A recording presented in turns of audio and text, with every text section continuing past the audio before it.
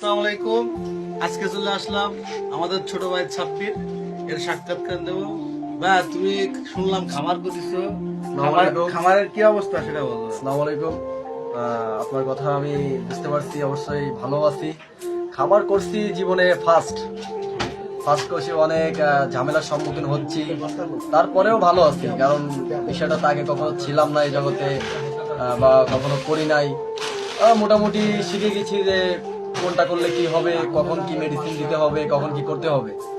আবার আশা করছি পরের বার থেকে এবার বেশি একটা লাভ হবে না, তারপরেও আশা করতেছি সামনের বার থেকে আরো লাভের মুখ বেশি বেশি দেখবো। বা আচ্ছা, আপনার কাছে আমার একটা প্রশ্ন বা সেটা হচ্ছে খামারে নাকি লস হয়। জি জি, তা সেক্ষেত্রে তুমি কি বলতে চাও? আমি তো ভাইয়া সেটা বলতেছি আপনাকে, আমি আগে কখনো ছিলাম না। যেমন আপনি ইমরুল ভাই, আপনি এক সময় খামার করছেন, বিশাল বড় খামার, আপনার মুরগির খামার ছিল। কিন্তু আমি তো ভাই মুরগির খামারে না, আমার ছোটখাটো বিজনেস, ছোটখাটো কোয়েল পাখির খামার।